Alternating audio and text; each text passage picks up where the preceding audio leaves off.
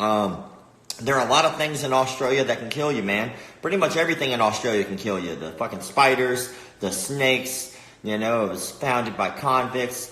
But my guest that we're going to have on today is probably the most dangerous thing in Australia. Mr. John Wayne Parr is hopping in and chatting with us today. So once he hops on in, I'll bring him in and we'll chit chat.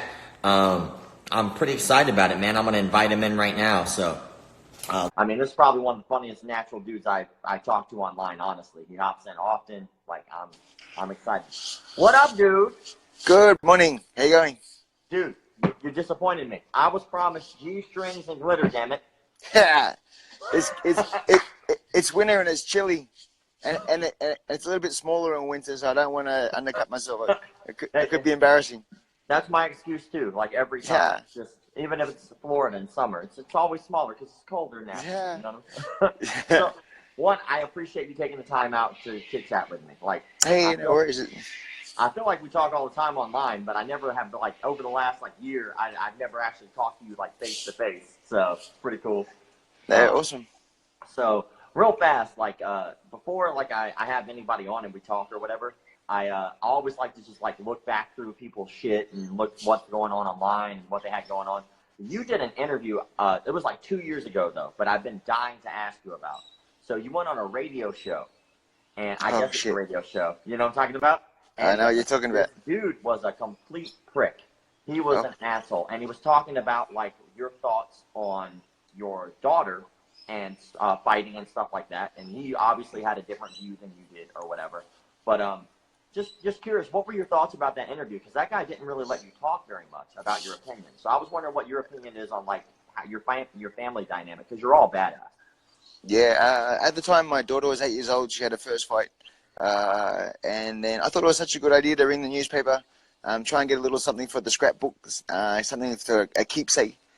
Little did I know that it was the #1 trending news topic all across Australia for every single news outlet, because a lot of people disagree with the idea of 8-year-old girls fighting. They're on pads. Both parents are in the corners. There's doctors. It's tippy tap stuff. No one got hurt. But, they just had a field day on me.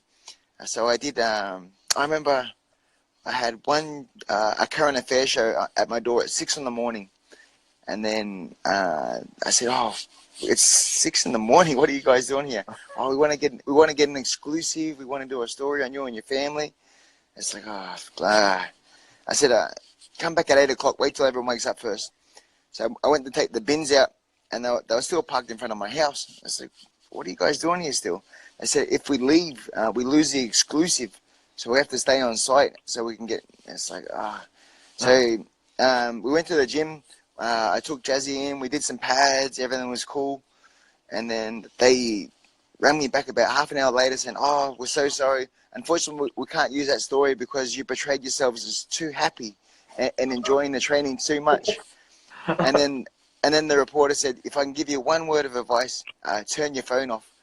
You're the #1 trending news story today, so you're going to get smashed. And within that second, the phone just went on. And then every single TV, newspaper, radio, I was just inundated with people trying to condemn me.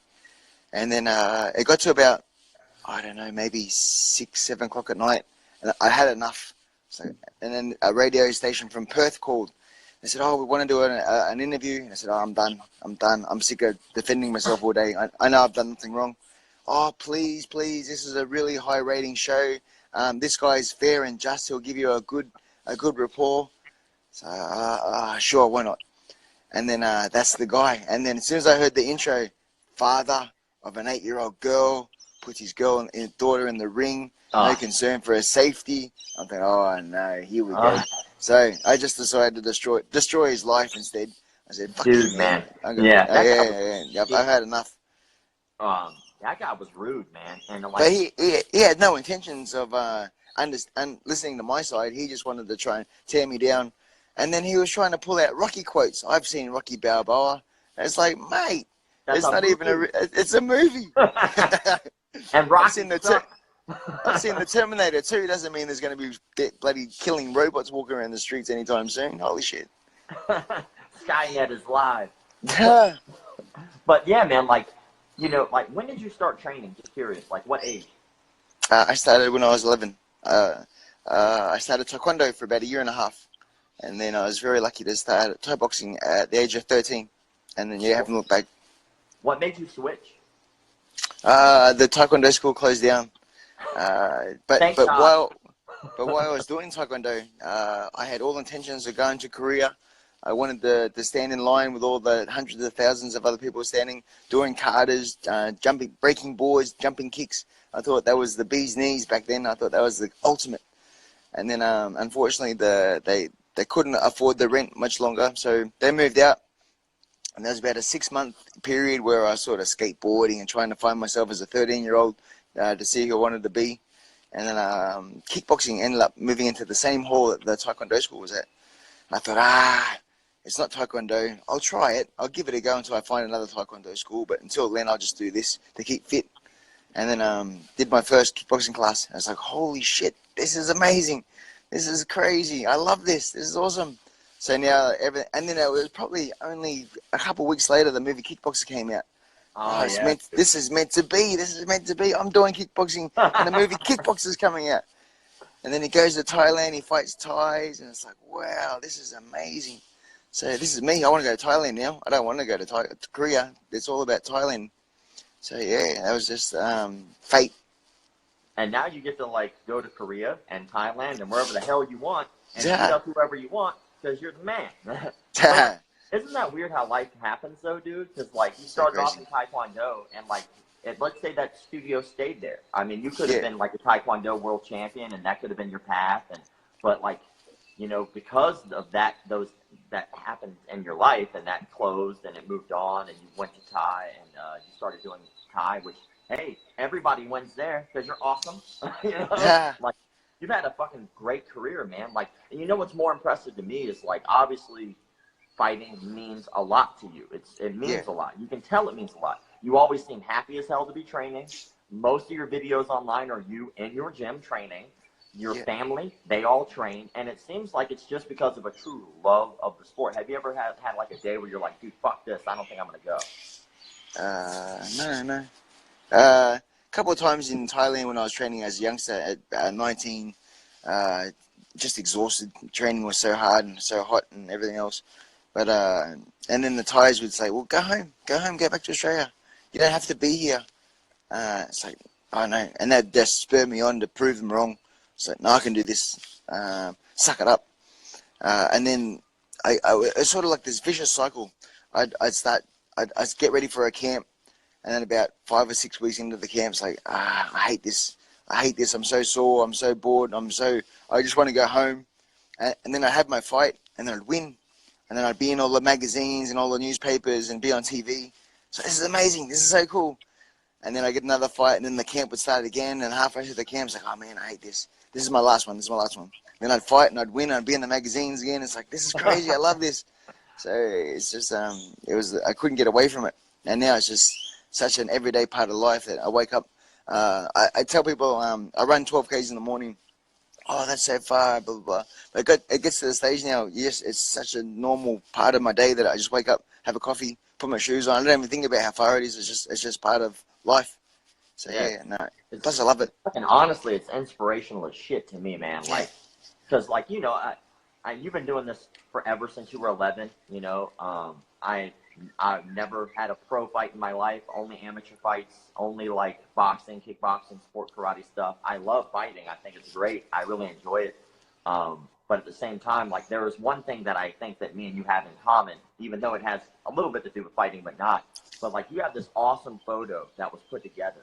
And it's like of all the scars that you had and fights, right? So like, when I was born with a cleft palate, so I immediately had to have surgeries my entire life. Like I had surgery, I don't know, I think I had at least 30 surgeries before I reached the age of like, I had a lot of surgeries. And, you know, I still have scars on my face. And, but then I apparently just love scars for some reason, because then I chose a career of being a martial artist and fighting people. And then I got elbowed in the face, and I got cut from like my eyebrow all the way down, and you could see my exposed cheekbone, which to me was badass. I was in the ER like, dude, check this out.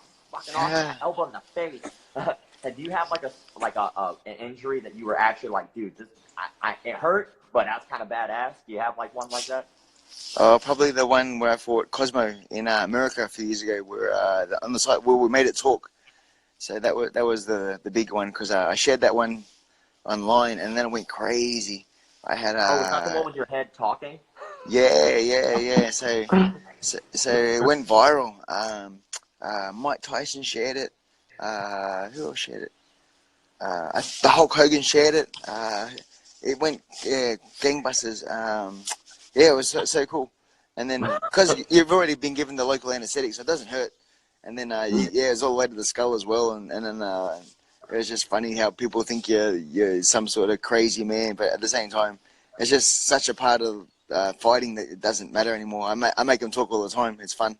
It's like, hey, this is my face. What caused that? Was it an elbow? Yeah, it's just not that elbow. It's all good. It's just part of the job. Yeah. So, I saw this video, and it was, I guess your gym had been broken into or something. Oh, the one where it got shut up. Yeah, it was like pretty bad, and then like, it was the funniest shit I'd ever seen, because like the reporter was like, "Hey, what do you think about that?" And all you could really think about, like to talk about, was like, "Well, I kind of just want to train." Yeah. That was pretty awesome. Yeah, Like, I had to clean it up. I had to clean up all the mess. It was disgusting. I don't know if you've ever been shot up before, but it was 4 shotgun blasts. So the glass was like in shards. It was just I had to vacuum the carpet 4 or 5 times, and then still little pieces. It was so fine, but it made such a mess of my office. It took days to clean up, and then yeah, and then that whole fear thing as well. If they're coming back, or am I going to lose students? Why would they shooting up your school? I don't know. We still haven't found the perpetrators to this day. It was just bizarre. Yeah. I think jealousy, perhaps. I think, yeah, who knows? Who knows? It sucks, but life goes on. We didn't lose any students, and in fact, we got more students. So it was sort of weird. I thought, well, no, now that the gyms everyone's going to be scared. But no, and it worked in our favor. So. Yeah, I mean, you got advertisement. People are like, "Oh, there's a gym here." Like, "Oh, yeah." So they're like, "Let's go train." And the guy's not scared of shit, so let's go. Just so just like brush it off. You train, obviously. Your wife is also a badass. Your 2 kids are badasses. So like, how does that work when you guys like have like a family dispute? Do y'all just like put on gloves and like clean your room? No, fuck you. And, yeah. But how do y'all usually handle that since you all train? I mean, you seem like cool people, but do you ever have like moments where you guys all spar together and stuff? Or? Oh no, not really. It's all good. I think I'm still the papa of the house. So yeah, it's fun. It's yeah, it's just we all train together. We all have fun, but at the same time, it's just a family, just your normal family. It's even Jazz is getting ready for a fight, and then I was holding pads for her, and then we got one of the other boys to hold pads for the other night, and then one of the boys, why isn't Wayne holding? He's the people would die for him to hold pads. I said, yeah, but at the end of the day, I'm just dad. Who cares? Who cares what I've done and what I've accomplished? I'm just dad. If someone else holds pads and they say something, you go, yep. But if dad says it, it's like, get off my case, dad. Bloody hell. So like just your typical family. I've been around like a lot of gyms over the years and stuff, and it's pretty much been my entire life, and I love it. I really do. There's nothing else I'd rather do. I mean, to be honest, I've never tried to pursue anything else because fuck that. I don't want to do a 9 to 5.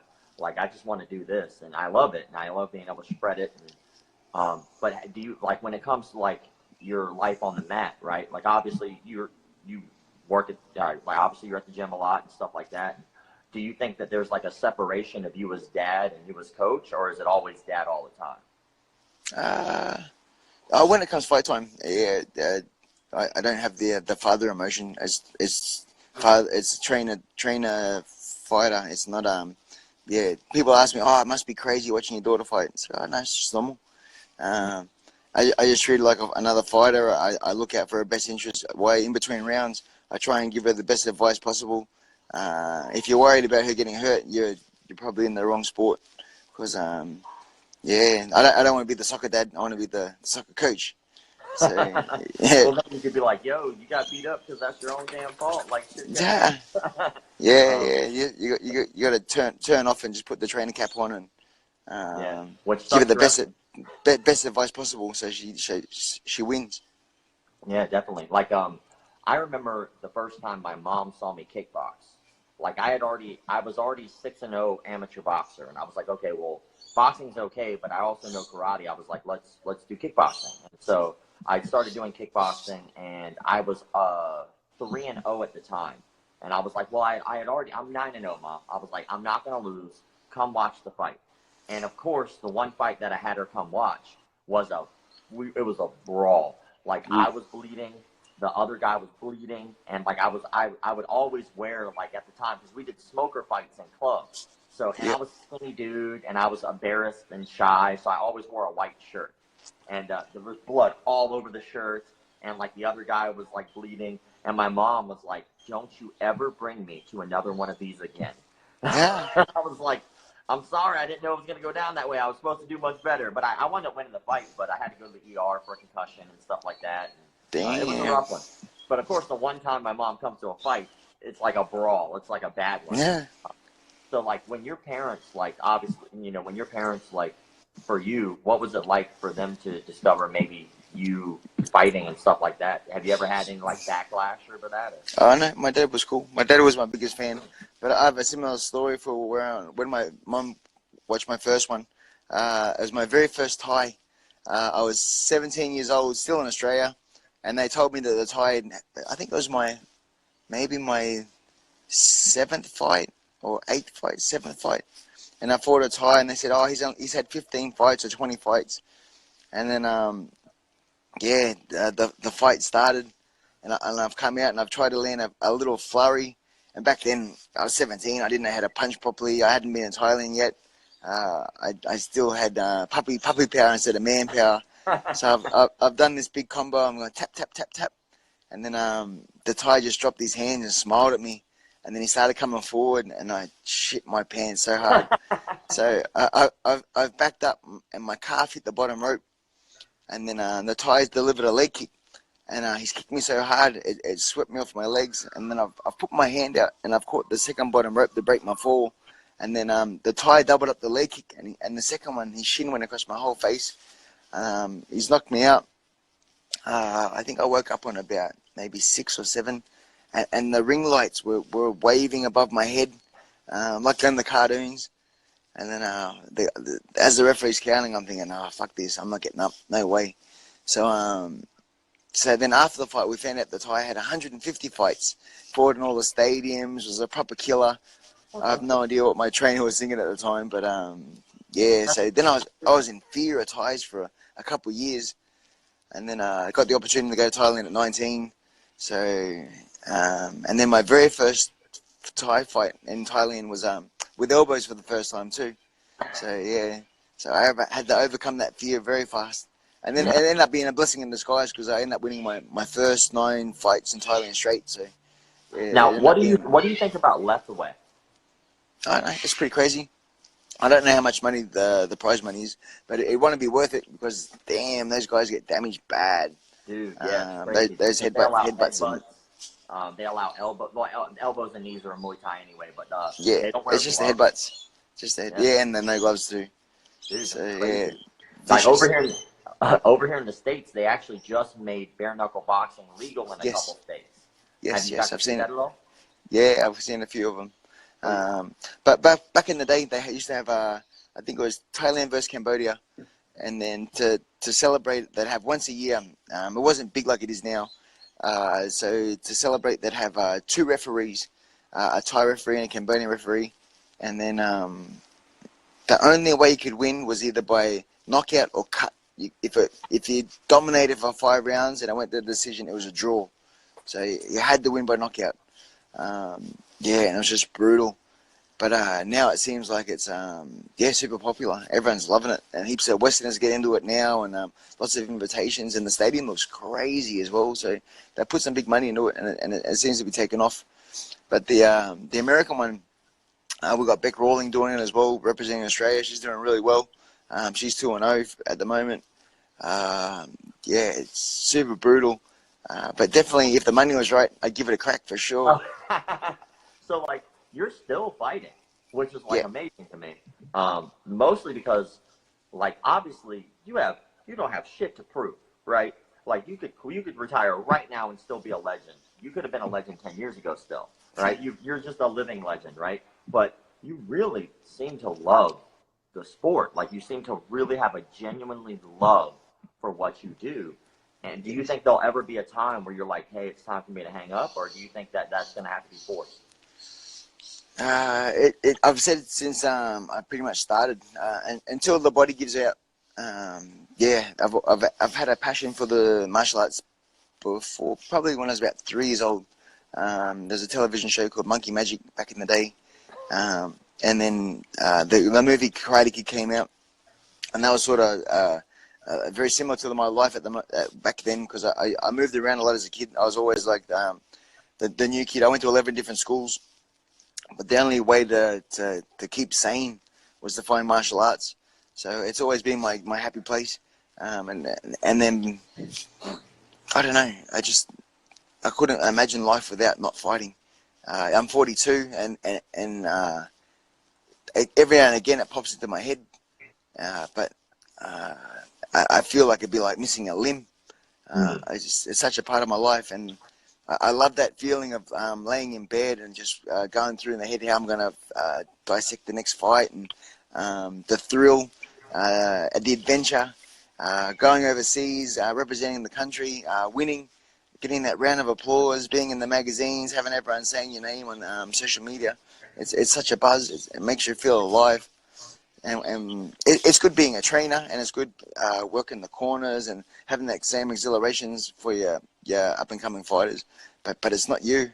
It's not you. You're not the one getting that round of applause, or standing on top of the ring, or sitting on top of the cage. So that's the buzz. I'm addicted to the buzz. I'm addicted to the adrenaline. You know, when I haven't fought in years. I think it's been like 10 years since I actually had a full contact match. Like, that wasn't in a gym or something like that. That was like in front of a crowd and fought people. Like, my favorite part was always like when you step in a ring. It's the most, to me anyway, it's the most honest moment you can have with another human being. Like, I was Oh, for never sure. competitive. Like, I didn't give a shit if I won, which is probably why I stopped fighting. It's like, I don't fucking care. Like, if I lost, I didn't care. I never did it because of the win or the loss, right? If I lost, I was like, man, let's go have a beer. I was like, training camp's over. Or if I won, I was like, hey man, good job. We'll do it again sometime. Like, I never gave a shit about the win or the loss. But like, the training camp always sucked. I missed being able to eat what I wanted and do what I wanted. My training partners always kicked the shit out of me. Shark Tank sucked, where you're like exhausted, tired. There's like 15 dudes just eating, like can't wait to punch you in the face. But it all was worth it whenever I got to fight the guy. The bell rings and it was like, this is what this is for. And I could enjoy finally like my time, just right there having an honest moment with another human being, because you won't have it again. You know, people will always lie to you, or people will steal from you, or people will take advantage of you. But when you're fighting somebody, there's no bullshit. It's either you trained or you didn't. Are you good or you're not? Are you willing to get back up when I beat your ass? Are you going to beat my ass? Am I going to get back up? You learn so much more about yourself. Like, what's your favorite, honestly, your favorite part about a fight? Like, from start to finish, from learning that you found out that you're going to have a fight, who you're going to fight, all the way to the end. Like, what's your favorite part?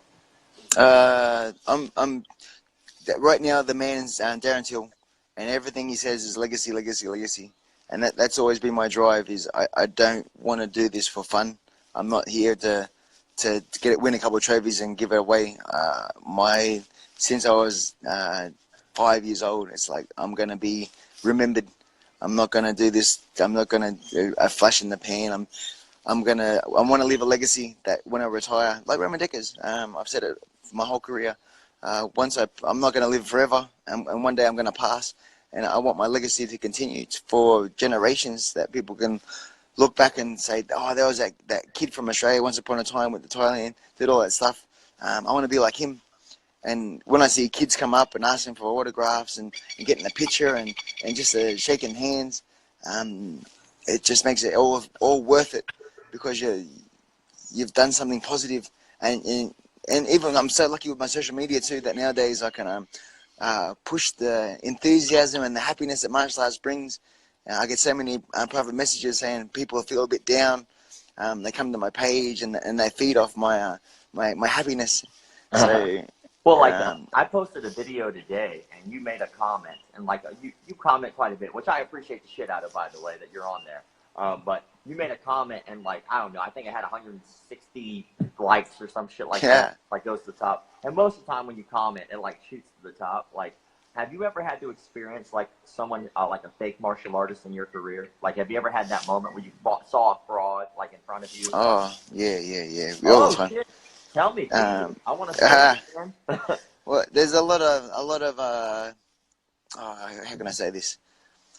A lot of Thai people, not a lot, but there's a few that because they're Thai, automatically they have the assumption that they're a Thai master, and it's like you watch them train and they say all the right things, but then shadow boxing and holding pads and everything else, and they're you just see straight away, you know who the champions are, and you know who the frauds are, and then you see a lot of the Thais making a lot of money because they are Thai. But it's like, man, what have you done? Sure, you're saying you're this and you're that, but I can see that you have no idea what you're talking about, or no idea what you're doing. So in that respect, it's like disheartening. But because the Thais probably don't do it while they're in their own country, but as soon as they get overseas and so many people come out going, oh, you're Thai, you must be amazing. And they're like, yes, I am. Yeah. So we had one Thai come to Australia, and he was teaching my friend privately, and then even my friend was a little bit sort of dubious at the start because he held the pads, and he put the pads on it, and he held his hands like this, and then my friend said, "Oh, maybe turn your hand around to hold the pad properly in case you don't want to punch yourself." And the Thai's like, I know what I'm doing. As he changed his hand, I know what I'm doing. Please, I do this all the time. And it's like straight away, it's like what? So yeah, it's pretty crazy. I did a seminar one time with like a group that was in Jacksonville, and they had Thai pads and stuff like that.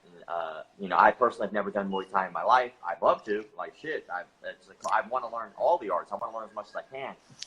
But we had Thai pads, and this dude who had like Muay Thai shorts on, and he said he was from like a local Thai gym. And he like held his pads, but when he did, he put his hands to the pads and held his fingers over the edge. And I was like, we're just practicing like round kicks, like basic shit. And I was like, hey buddy, I don't think that you should put your fingers over the edge like that. They might kick you in the finger. And he was like, oh no, I've been doing this for years. Okay, like 5 minutes. I'm like teaching my class. We're going around basic round kick shit, right? And I hear, and I was like, whoa, what the fuck was that? I look over, and the dude kicked and broke his finger. And I was like, no shit, dummy. Like, don't hold it like a motorcycle handle, buddy. Motorcycle handle. Yeah, exactly. But, it's crazy. I ask this question of as many people as I can because it really is my favorite thing ever. So, like, I like hearing stories from, like, the dojo. It's, like, my favorite stories ever. Because over the years, my best stories that I've ever seen were people like who would walk in off the street challenging people or crazy people coming in the studio. Like, do you have like a moment that like sticks out in your head if you like just training and something happened crazy in the studio? I've had the odd person come in talking about they want to learn to train, blah blah blah. And then I asked this one gentleman, he goes, oh, yep. I went over, introduced myself. G'day, I'm the gym owner. How can I help you? Oh, I want to start classes. I want to start getting fit. Oh, no problem. Classes are these times. I'm happy to give you a hand, help teach you how to fight. He's like, teach me how to fight, mate. I'm a street fighter. I know how to fight. I only want to come in here. I only want to come here to get fit. I want to get fit so I can street fight longer. I was like, oh, you're a street fighter. Oh, this should be fun. How many fights you had? Oh no, I've got a better story again. So yeah, anyway, that guy, he ended up, as soon as you watch him start shadow boxing, it's like, what are you doing? and then I don't think he showered for like three or 4 days. So once he started sweating, he just stunk out the gym. It was rough. And he never came back again. So the typical sort of wannabe gangster. Yeah. But another story. So I was in a club, and this guy must have been high on something. I don't know what he was on, but it's pretty early in the morning, pretty happy. And this guy goes, "Oh, so you're a fighter?" Yeah. I do a little bit. I dabble. I never like to talk myself up in the club, so I'm Once just like, or twice, whatever. Yeah, I do it. He goes, "Oh yeah, I've actually I fought in Thailand myself." I said, "Oh, this should be interesting." Really? How'd you go? Oh yeah, it was a underground scene. Um, yeah, a friend of mine, he got me in the fighters for like $10,000. We got to this warehouse, and then there was all these cars parked in a circle, the headlights on, and I had to fight this guy, bare knuckle street fight. And I remember I've knocked the guy down, I've put my hands in the air, and I've looked across at the promoter, and the promoter he's done the old, and it was at that moment I knew I had to kill him. And so I stood over him, and I did a side kick to his neck, and I killed him on the spot. And I was like, what the fuck? And he was dead serious too. He was like, and I'm looking at him going, what the hell? Yeah, it wasn't a proud moment. It was either me or him. The way that the promoter was looking at me, I knew I had to do it. So we got the money, we're out of there. It's like, oh my god. So people are dickheads. That's for sure. They're out there. They're definitely out there. So the dude's never seen you in his life, and he admits to Nah, murdering a man. no Apparently, idea. No prize idea. fight. Jeez, there's just unfortunately people take reality and it's bizarre. I was at a bar one time, just because you brought that up, and I was wearing the shirt from our gym, the gym that I work at. I'm not gonna tell anybody because I get death threats like once a week because of this page, for real. So like I don't tell people. Yeah, it's brutal. Which I'm about to film a video right after this, calling one of the guys who was threatening me. So something for you to look for there. But anyway, I was at a bar, and I had like a gym shirt on, and the guy walks up to me out of nowhere. I'm hanging out with my friends, and he goes, "Hey, you do jujitsu?" And he was like real, like serious, and I was like, "Yeah, I train jujitsu. I've been doing it for a little while." And he goes, "You're lying." I go, "I'm lying?" I go, "Okay, please explain your logic." He goes, "You don't have cauliflower ears." And I go, "You're right, I don't have cauliflower ears," but I was like, that's kind of genetic. I was like, not everybody gets it. I was like, it's just one of those things. He goes, "Why are you wearing that shirt?" He goes, "I'm going to make you take that shirt off." And I go, "Oh, no." like, that's a little homosexual right there. I was like, I think I'm cool with keeping it on, but I handed him a card. And it was a business card because I'm a program director and a coach at where I work. And I was like, "Here you go, here's a card. You're more than welcome to come up and see me. If you don't believe me, we'd love to have you come in and train." He goes, "How about you train me something right now?" I was like, "Dude, what the fuck?" I was like, "Dude, we're at a bar." I was like, "I'll buy you a drink. Let's move on with the day." And that guy, he took the card and snatched it out of my hand. He goes, "I'll see you at the gym." Oh. So he left, and then I saw him talking to his buddies or whatever, and I just went about my day. I was like, "Fuck that guy, whatever." And I went back to drinking my beer and having fun with my friends or whatever. But that Monday, I had convinced myself. I was like, this dude's going to show up. I was like, I guarantee you, he took the card, he's going to show up. So I'm freaked out all day. The dude never shows up for the class. And right before I'm about to leave for the day, right, I'm locking everything up, the phone rings. "Hey, thank you for calling. This is Rob. How may I help you?" And he goes, "Dude," he goes, "a friend of mine is a friend of yours." And he said, "We met up with him later on that night." He goes, "I am so sorry." I was like, why would you even call? I don't give a shit. And it's just surreal how life happens that way. It's really weird how people are sometimes, Yeah, it's bizarre. I have a pretty good one because I also something I really enjoy, by the way. When's the last time you've been in a serious street fight altercation? Ooh, so my one and only street fight was in Thailand, 1996. My first year in Thailand, probably my first 2 months in Thailand. Have you ever a Thai celebration called Songkran Festival? It's the water fight festival once a year. The whole country stops. Everyone closes their businesses, and everyone just plays water fight. It's the hottest part of the year, and it's their Thai New Year as well. So I had a fight the day before, had a win, had a little bit of money, so we're celebrating. And then we went and played water fights all day. All day. It started getting dark. We're playing all night. People spray you, you spray them. It's just fun. It's just amazing. Everyone's drinking. Like water guns, buckets, just hoses, super soakers, everything you'd imagine. Yeah, out man. there, and people on the back of pickup trucks spraying water, and people on the side of the street spraying water, and it's just an awesome day. And then so this guy sprayed us, so we sprayed him back, thinking it was just like the other 10,000 we've been doing it all day. And next minute he throws down his bucket, and he's like, if you wet me again, I'm gonna kill you. And it's like, what? What the hell? What the hell is this? And he goes, are you French? And it was probably a bad time to say, oui. a very bad time. A very bad time to impersonate a Frenchman. and then, so next minute he's come at me, and he's kicked my arm, and he's shaped up. And I was like, oh shit, I guess it's on. So I've never street fighted before, so silly me, I've rashed at him with a few hands, and I've gone to throw a kick, and I end up on all fours. And then as I was going to get myself up, I feel this thonk on my head, and then I stand up, and then blood's just all over just starts, you can't see my face anymore. So and because there are outside bars in Thailand, there's street parts, and I'm stuck in the middle, and no one's coming near me, and blood's like psh, all that out of my head. And then my friend rushes up to me and goes, you okay, you okay? I said, I think he must have had a ring on. He must have cut me with his ring. He said, nah, man, you just got hit over the head with a bar stool. I was like, oh, shit. So I started feeling a little bit woozy. I never went down, but at the same time, I was like, the blood was crazy.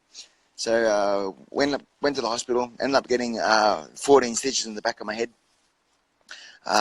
And then the funny part was that a day later, I seen a Thai, and I had all the bandages, and the Thai's like, hey, what happened? I said, oh, man, I got into a street fight last night. I got hit over the head with a bar stool. He said, oh, if you can get him arrested, you can get money from the guy that did it. I said, really? And so we went and put a police report in, and the police said, oh, look, if you find him, let us know, and we'll go and arrest him. So we went back to the same bar that I hit, and sure enough, he was there. So we rang the coppers. The coppers came and got him. And then the Thai said to me, okay, so how much do you want? I said, oh, look, it cost me 5,000 baht for the stitches. I just want my money back for the stitches. And the Thai policeman's got, look, he did a pretty serious crime. We're going to keep him in overnight. Okay, fair enough. Then as I was walking out the door, the Thai goes, ask for 10,000 baht. 5,000 is not enough. Ask for 10,000. Okay, I can do that. So the next morning we came back, and then the foreigner guy he didn't have money in his account. So the Thai said, come back this afternoon, wait for the money to be wired. As I was walking out the door, the Thai goes, ask for 20,000 baht. So it's like, okay. So I come back in the afternoon, and then the policeman pulls me to the side and said, oh, look, we've got this guy crying. If the money doesn't come in by this afternoon, they're going to take him to Bangkok prison, and then there's a good chance he was going to stay in for years. So we've ended up getting 28,000 baht out of him, and amazing. That's perfect. So they've opened the jail cell. They've taken the handcuffs off. They've given the guy a firm warning. Now make sure you're a good boy the rest of the time here in Thailand. They've let him go, and then they've got me, and I said, okay. So now, if you can, meet me downstairs in the toilet in 2 minutes. It's like, yeah, sure. So I go downstairs. Who asked you to meet you in the toilet? The cop? The policeman, yeah. Oh, so I go down to the toilets, and then the policeman's like, okay, today was my day off. I shouldn't have even been working, but I wanted to help you out, so I think it's only fair that you give me 8,000 baht of that 28,000. I said, man, yeah, no worries, here you go. I peeled off some notes. And he goes, all right, good, now fuck off, get out of here. So and that was, as a 19-year-old being in Thailand for 2 months, that was my introduction to the Thai corruption. So, and I learned very fast to be very polite to policemen, because I know they can destroy your life in the blink of an eye. I was like, damn, crazy. Dude, I have a friend, right? And he went overseas to pursue being a pro fighter. Over here, he was 0-1 MMA. So he went overseas to try to further his career, and he wound up getting, I think he fought Will Cope. Will Cope, I think it is. Cope. But he fought a dude overseas. But he was kind of like set up.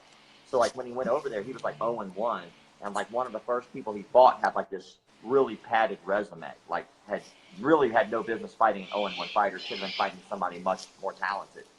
Yep. Does that happen quite a bit? Do a lot of people go overseas expecting to have like a fair shake and kind of get like taken advantage of by the locals? Yeah, sometimes depends on who you talk to. Yeah, there's definitely shady guys out there, and then yeah, everyone wants to be the star. No one wants a hard fight, especially here in Australia with the boxing. The boxing's terrible. They'll bring a lot of Thai fighters over, and instead of saying, "Oh, here's 10,000," let's say here's $1,000, we'll give you 3,000 if you lose. And then yeah, there's so many boxers back. Or this is a couple of years ago anyway. They'd be 25-0, 30-0, and then they get their big shot, the opportunity to fight in America. And then as soon as they fought someone real, they just get destroyed. So it's a bit of a shame because it's like with the Thais. The Thais are so used to fighting killers. That when it's time to fight another killer, it's just another day. But if you've got that mentality that you have easy fights, and when it's time to step up, you're gonna get destroyed. No, you're gonna shit your pants because you know it's real, and then when the fight starts, that experience is just way different. Yeah, dude. Like I heard that a lot of guys, like what'll happen is they'll go over and there'll be legitimate Thai camps and there'll be like money Thai camps. So Yeah, like yeah, legitimate Thai camps, like they're not fucking around. When you go in there, they're gonna kick the shit out of you. They're gonna make you tough. They're gonna make you a good fighter. And then you have these other camps who are like, just like, oh, he's American, he doesn't know any better. So we're gonna yeah, bring him in and like work with him and make him better. And then they'll set him up with fights for like the tuk-tuk drivers or whatever, and just be like, yo, like you should get in the ring and fight that guy. And the guy will like the Thai fighter will take a dive. And like, yeah, just take a dive because like you paid so much money to be over there or whatever, and you got to be a fighter, and you yeah, get yeah, like this false sense of security, like you actually think that you did something, and then like you said, like you get into the ring with a real killer, and he's like starts beating that ass, and you're like, dude, I did so well. It's like, no, you didn't. You got set up. Like yeah, there's yeah, advantage of you, you know. yeah. Well, they got a big problem in Samui and Phuket. A lot of the fighters there, they'll go over there and they've only very limited experience, and they'll get in the stadiums and they'll win first round, second round, and then let's pretend they're supposed to be staying for a month. The Thai's like, you're amazing, you were so good, you're champion, and then you should stay, don't go home, you stay Thailand, become superstar. And then the foreigner's like, fuck, these guys think I'm amazing. All right, I want to extend my ticket. I want to stay another 4 months, 6 months, 1 year. And then, it's just business. But Yeah, you go to Bangkok though. Bangkok's like the mecca. If someone throws a fight, if the Thais know straight away. And then because there's so much money being betted that if anyone does a fraud, they'll burn the stadium down. There's too much money on the line for them to. Oh, it's crazy. dude. Yeah, it's bad. But the other islands, because then Bangkok sort of turns their eye because they know it's just a Westerner. It's a Westerner sort of scene. So they couldn't be bothered even following it. You can have 50 fights in Phuket and you'll never be a star. You have 4 fights against top Thais in Bangkok, and all of a sudden you're in the magazines and on TV, and international waves are happening because you've had 4 fights in Bangkok for real. So such a different thing. If you want to be a star in Thailand, my word of advice for anyone listening is definitely go to Bangkok. That's where you're gonna make it. That's where even all the Thais, they all strive to one day fight at Lumpini or Rajamundry Stadium, because that's the real thing. There's no Yeah, shonky business there. like Muay Thai is an interesting culture to me, man. Like the art itself, like it's got its own like vibe, almost like its own religion to it. Like there are guys who it's an honor to say that you fought in front of them. Like I've seen that before. Like I fought in the presence of. Like have you Yeah, ever like had that moment where you're like, oh shit, I'm fighting in front of so and so. Like I better step up my game. Like You ever had that happen? Uh, just fighting. When I was 19, I'd be the only Westerner in the whole stadium, and then ties would come up. 19 years old, very very green, never been overseas before, and then yeah, my first few fights, I'd walk in and just people would just look at me like, "Oh, what's he doing here? Oh, he's gonna fight really against us? Oh, this is gonna be fun." And then they have no what's the word I'm looking for? They come up, they feel your arms, they don't ask permission, they just come up like you're a piece of meat, Found you. like you're They don't have any like you're a horse, like you're an animal, and they just look you up and down like you have no say whatsoever, and then they're all coming to see if they're going to bet on you or not. So when the fight starts, everyone's paying attention because you're different. And then I was so lucky to win a majority by knockout too, because I had good hands back then. The Thais weren't expecting me to come out so vicious. But yeah, it'd be such an honour to come down off the ring, and Thais are like waiting at the stairs just to shake your hand and get a picture with you, and the kids are coming up going tugging on your shirt to get their attention.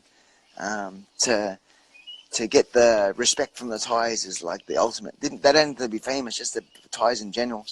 Because if you make it in their sport, that you're doing something very cool. No shit. I mean, you Yeah. brought up Raymond Deckers, dude, and of course, like, rest in peace, like.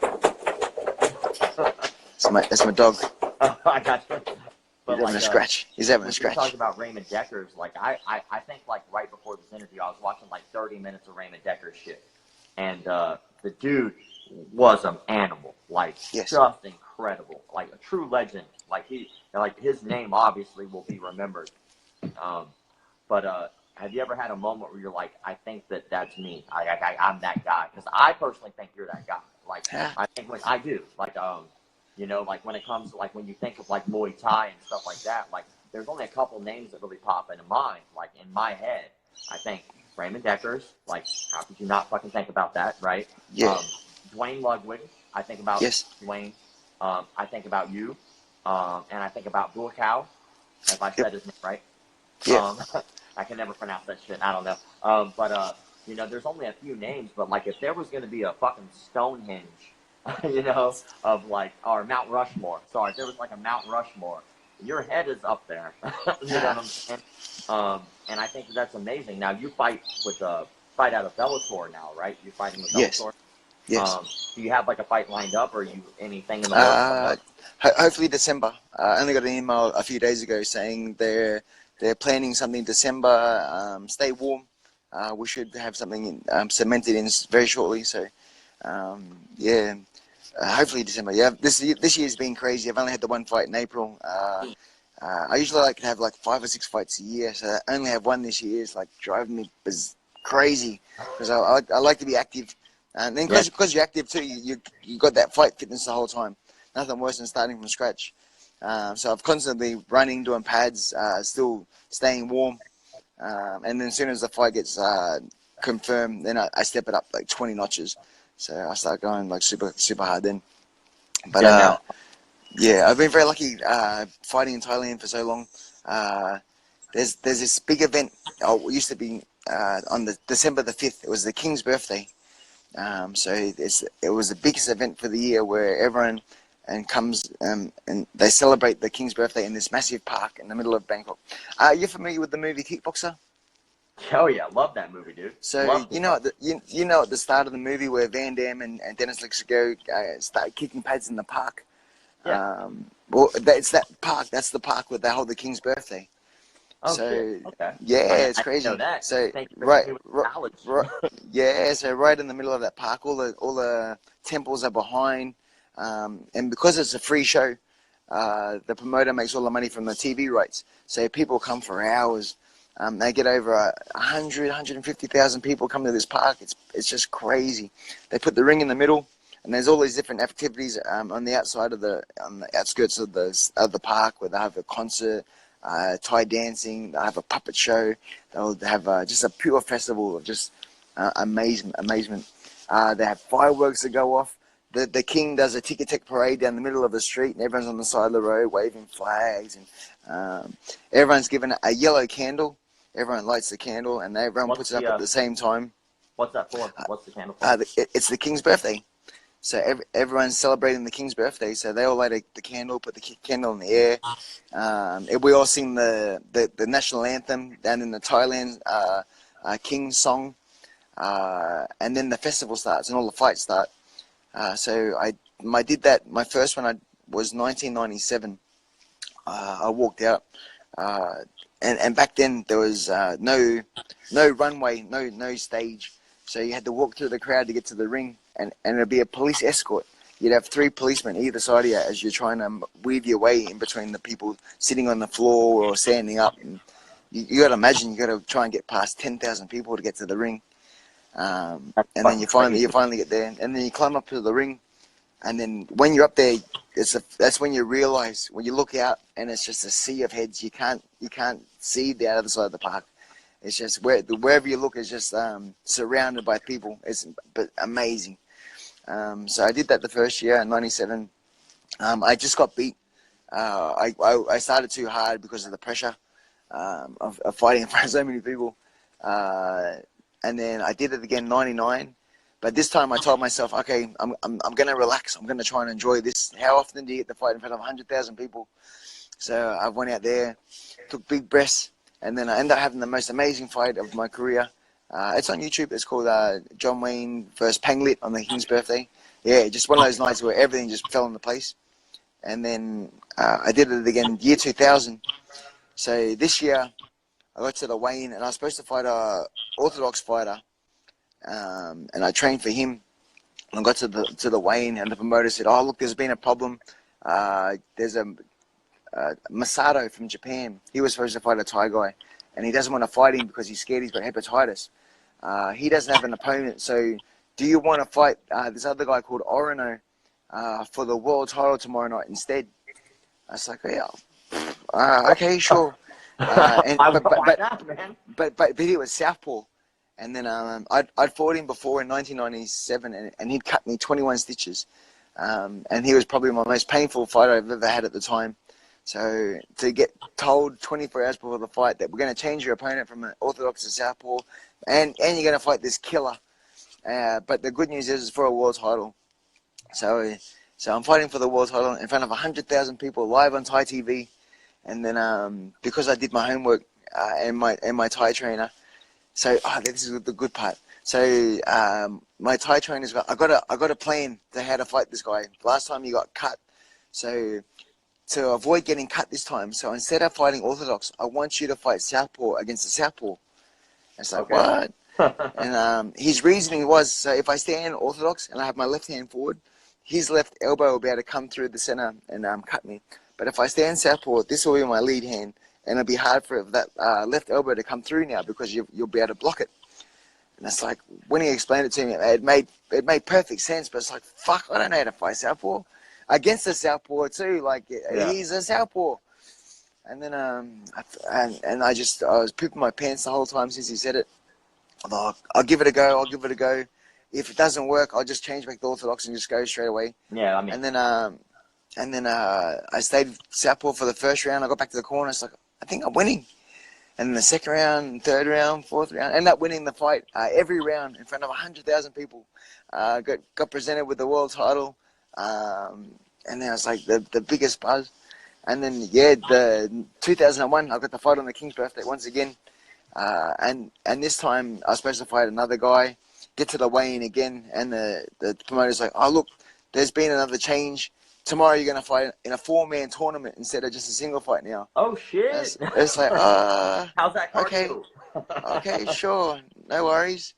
In Thailand too, you can't say no. It's not like these days where something happens and you say, no, I'm not doing it, and you pull out. Thailand, there's this thing where it's you're a fighter. If you don't fight, you don't get paid. You say, and if I don't get paid, I'm screwed. So I fought a Thai the first fight. I beat him. A very close fight, but I beat him, and then I fought a gentleman from Portugal for my second fight, and then I've beaten him quite convincingly as well. And then it was an 8-man tournament, but we only fought twice. And then they told us later that that now that I will be representing Thailand in France in 6 months' time. The two finalists were going to be fighting in the 8-man tournament in France. So I was an Australian representing Thailand in France 6 months later. So anyway, I got the fight on the King's birthday in front of 100,000 people, 4 different occasions, winning 3. So for a little while there on the internet, I was the King's champion, because I was the first Westerner in the world to win 3 years in a row. It was such a cool experience to be that guy, to represent not just Australia but Westerners as well. Yeah, I mean, I think a lot of fighters now don't quite understand the reasoning that their pay is so low. To be honest, this is just me, but like, you had an opportunity to fight in front of 100,000 people, which by itself is badass. I could never imagine what that could be like. Like, I'm pretty sure I'd shit my pants if I looked out and saw a crowd. Like, I fought in front of like 300 people in a smoky bar, and I was like shitting my pants. But having that experience and having that honor is amazing. And of course, you get a little bit of money for it too. And you want to win. You're a fighter. Of course, you want to win. But what I think that people don't understand is, like, in order for you to be successful as a fighter, you have to be able to love entertaining a crowd in some way. And you have 100,000 people. Like, the first thing that popped in your head was like, "Fuck yeah, 100,000 people. Let's beat someone's ass." Like, that was like, you didn't back away. And there's a lot of people now who are like, from what I've seen, there's a lot of fighters who are coming up. Their ego hits them. They're like, "Oh, well, this is how I fight, and this is how I do what I do, and I will not change it for anyone." And then they wonder why their paycheck is shit. It's like, what did you do to make people want to like you? Now, you had a shtick. You were an Australian dude fighting over there, and like you said, a Westerner being able to do that. Like, people want to see that, And then I see people like Gabby Garcia right now, and in Japan, Gabby Garcia is like this giant superstar, but she's like, what, 215 pounds or so? She's a big woman. She's a big woman, yes. Yeah, she works out. But like, over there, it's like, that's her thing. But over here in the United States, like, fighters nowadays, like, it's kind of like saturated. Like, you got Bellator, you got UFC, you got who else do you have? There's a couple other smaller promotions that are going pro now and stuff like that, and up and comers. Like, why aren't I getting paid? It's like, well, bitch, why am I watching you? You have like a reasoning. So like, why do you think people like watching you fight so much? What do you think it's about you, other than being Australian and awesome? Why do you think people really are gravitated towards watching you fight? Because I personally like watching you fight because I enjoy your technique. I think that you're a very methodical fighter, and that you break down. You have a good fight ring IQ. Like, when you're in the ring, from what I've seen you do, is you go, "Oh, that fucking didn't work. That didn't work. That didn't work. Oh shit, that works." And then you do that. Where a lot of people will just run head first into the wall and go, "Ow, that hurts. Ow, that hurts," and then get knocked out. Why do you think? That's just why I watch you. But why do you think people really enjoy watching you fight? Maybe because they know I'm not going to hold back. I like going forward. I like putting on a show. I learned very early that fighting is half about the fight, half about entertaining, and people want to see crazy. They don't want to see someone that fights cautious. They don't want to see someone that's just trying to get the W. It's one of those ones where I'm almost willing to lose to put on a good fight. I don't want to lose. Fuck that. But I'll go out in my shield trying though. Yeah, man. I want to, after the fight, whether I win or lose, I want to be able to put my head on the pillow going, I know that I gave every single ounce of energy to try and get that win. And if I got beat, I got beat by the better man on the day. But I know that for sure that I gave it 100%. So you got to, I think my style is very violent. I like to walk forward and throw big combinations. My theory is if I throw one shot and miss, I've missed. But if I throw 20 punches and land 3, I've landed 3 punches. It's a lot of energy, but I'm going to eventually land something. Yo, sorry about that. apparently we like hit an hour, and I wasn't paying attention, and it must have counted down and shut it off because you only get an hour with these things. So I'm gonna have John pop back on just for a second. Like we hit the full hour, man. It's crazy, man. I didn't know we talked for an hour. That's awesome.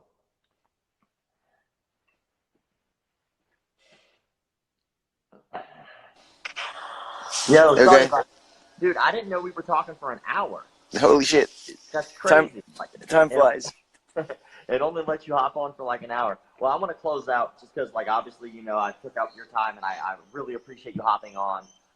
It was awesome just to like hear your stories and shit, man. Like, I feel like I talk to you all the time online, but it's nice to be able to talk to you face to face. And but I did just two more things before we head out. But like, not too long ago, you got pretty fucking sick. Like, your leg was all jacked up in the hospital. Like, that was actually the last time we were going to go live.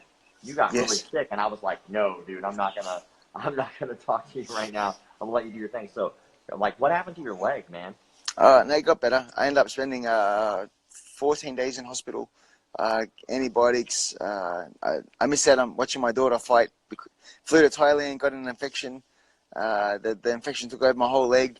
My glands blew up. I couldn't stand. I couldn't walk.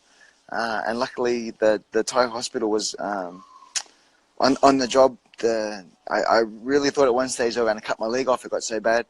But I'm so happy that the antibiotics finally did work. And then when I got back to Australia, the Thai hospital said, as soon as you get back to Australia, make sure you go straight to the hospital once you get home.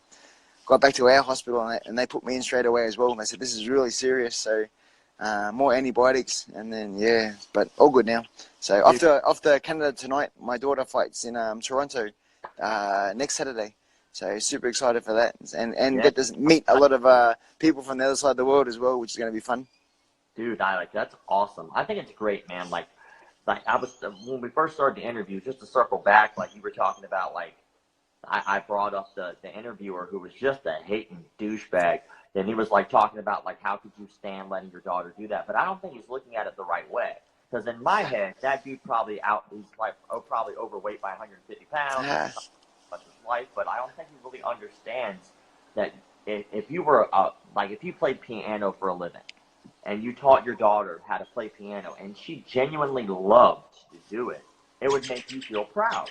You'd be like, for sure. My daughter wants to do that. Well, you didn't decide to play piano. You decided to be a fighter. And then your daughter grew up and goes, you know what? I'm going to do that shit too. And you're like, my heart. And then you teach her how to do this, and not only does she do it, but she's pretty damn good. Yeah. And, I mean, as a dad, first of all, it's going to make you feel proud, but like you're more than just her dad. You're a coach, obviously, and you're teaching her how to do this. But I think that it's incredible that you take the time to work with your family on a thing that you love. And a lot of people, I think, are missing out on that part of their life because they're like, oh, I'm so involved in me, that they're missing out on this beautiful thing that you're able to do, which is pass this down. Like you were talking about, like, it seems like you really want to be remembered as a good fighter. You want to be remembered for the thing that you did. But the beauty of it is like, if you passed away today, don't do that shit, by the way. But if you passed away today, you've already left a legacy with your family. Even if your fight record wasn't as good as it is, your family is going to continue to grow and continue to pass down things that you taught them and kick people's ass well after you're gone. So I think it's amazing that you took the time to do that, because like, you cannot not be remembered because your family is leaving this great legacy. I think it's incredible. You got to be proud of that shit. Yeah, I try and tell people in my post all the time, just martial arts in general. Even if Jazzy didn't fight, just if she just trained, it's such a joy. And I know if I could be that guy, I'd want to be the ambassador for martial arts, to get people training with their kids, to share that bond. Don't just go to work, come home, sit on the couch and open up a beer. Go to training together. It's such a good, special connection with your own children. You go and have a sweat together. You go home. You say, oh man, you did so well with those kicks, and then you say back to your child, you did so well, and they respect you and you respect them, and it's just a different bond to have instead of just clean your room, do the dishes, do your homework, have that relationship where you're both thriving with the same passion. That's my biggest joy. And then I'm very lucky that Jazz is very good, and we get to travel overseas together, and seeing it excel. But even if she didn't, just to sit on the car on the way home and say, "Hey, that was awesome. I love how you did the pads tonight. You really pushed yourself hard." Even when other people bring their children in to train, I say, "Why are you sitting on this seat watching? You should jump in too." And when they do jump in, it's like the best thing they've ever done. It's like, that was really fun. I know, you should have jumped in. Yeah, and then to see them, everyone smiling when they're leaving, and you're just knowing that they've had a good time. I think, and you can do it. Martial arts.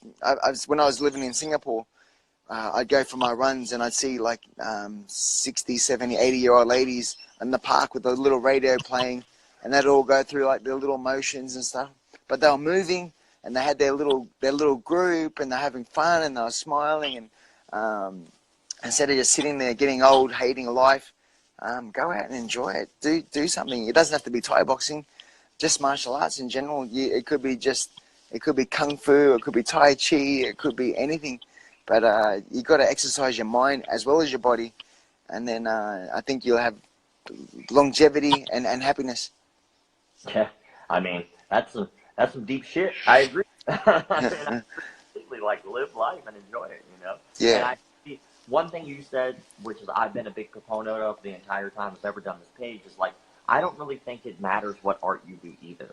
I think that as long as you're enjoying it and it's not hurting anyone and you're really loving it, just do that shit, you know? Yeah, like, for sure. Just For do sure. it. But I have 2 questions before I let you go, because I've taken up a lot of your time. But that hour blew past. I didn't know it was an hour, dude. But last 2 questions. One, because I know this will probably be a quick answer, but have you ever heard of the Takanakwe Festival? No. So it's a thing that happens in Peru, all right? And in Peru, once a year during our Christmas time here in the United States, what happens is the locals have like a thing where they'll all get hammered drunk for like a week straight, and they'll all party and stuff like that, and they have outfits and shit that they wear. But then they'll meet in like a square, like a big open field, and one by one they'll pair off and they'll box, bare knuckle box each other, right? Damn. So I'm one of my bucket list things to do is to go to the Takanakwe Festival, get hammered for a week, and go fight a Peruvian. Yeah. So would that be ever something that you would think like, man, maybe I'll do that one time? No. No, what? No. You never fight a Peruvian? No. I want to fight to get paid. I don't. Yeah, and I'm not running a community service here. I want to get paid. All right. Well, I'm just saying, whenever I go, I'm sending your ass a ticket. We can go watch me fight a Peruvian. Then, damn it. Yeah. But last thing, you've gotten the chance to been brought into tons of training camps, like as an expert in your field. You sparred with GSP. You got to spar with Chris Weidman. You got to spar with all these people. Who do you think your favorite training camp, I guess, partner could be that you got brought in to work with? Who's your favorite person to work with? George for sure. George is the man. I was lucky to be with him for 2 weeks when I was in Canada, and then went to New York for a week as well. And then it was like being in the presence of martial art Elvis. I've never seen someone inundated by just the waiters, the cooks, the taxi drivers. He can't walk down the street without being stopped 100 times for photos and handshakes. And we're driving the car, and then we get to a red light, and people be screaming his name from the other cars. It was bizarre. And then after a few days, at first I thought, this is amazing. This guy's like the real deal. This is so cool. It's all true what they say. But then after day 3, day 4, day 5, you start thinking to yourself, this can't be healthy. When it gets to the stage where you can't walk down the street, and you can't go to the toilet without people waiting outside the cubicle to shake your hand, and you can't eat a meal, it's got to start playing games. I'm very lucky. I might get recognized like 3 or 4 times a day, and it's got a quick g'day but George is just like next level. Like, he's like the Justin Bieber of martial arts. When you can't, it's like a legit martial artist, like not yeah. just a fighter, but like he's Kyokushin black belt. I think I think he won Canadian of the Year like 2 or 3 years in a row as well. So he's not just a martial artist. He's a legit celebrity. Yeah, Yeah. So it's but it's pretty awesome. yeah. Like being able It's not healthy. It's not healthy. That lifestyle isn't healthy. Yeah. When you if we had to go a kilometer down the road or 500 meters down the road, we'd catch a taxi. We couldn't walk because it'd be an hour walk. It'd be a $2.50 taxi ride. I said, why don't we just walk? It's only there. I can see it. I can see where we have to go to. It's just there. He said, you don't understand. If we walk that's an hour. And then sure enough, we tried a couple of times, and every time it was just got. As soon as one person come out, there was just like craziness everywhere. But yeah, he was cool. He was such. When we got in the gym and we'd actually train, he was so polite, and he'd take everything on board, and he'd call you sir. It was just it was a really good guy. He's probably the most humblest superstar I've ever met. Yeah, well, I mean, that's pretty awesome that he's able to keep his shit together, even though he has to deal with all of that all the time. Like being a superstar, man. Like being able to be humble, being able to be polite and say things like "ma'am" and "sir" when everybody's like always like, I guess, for lack of better words, like up your ass because you're awesome and famous. Yeah. It's incredible. The only thing that he didn't like, if he came up and asked for a photo, he was happy to take a photo with you. But people would get their phones out and they just start pointing at him without asking permission, and they're sort of invading his privacy. It's like, you're standing right there and I can see you recording me right now.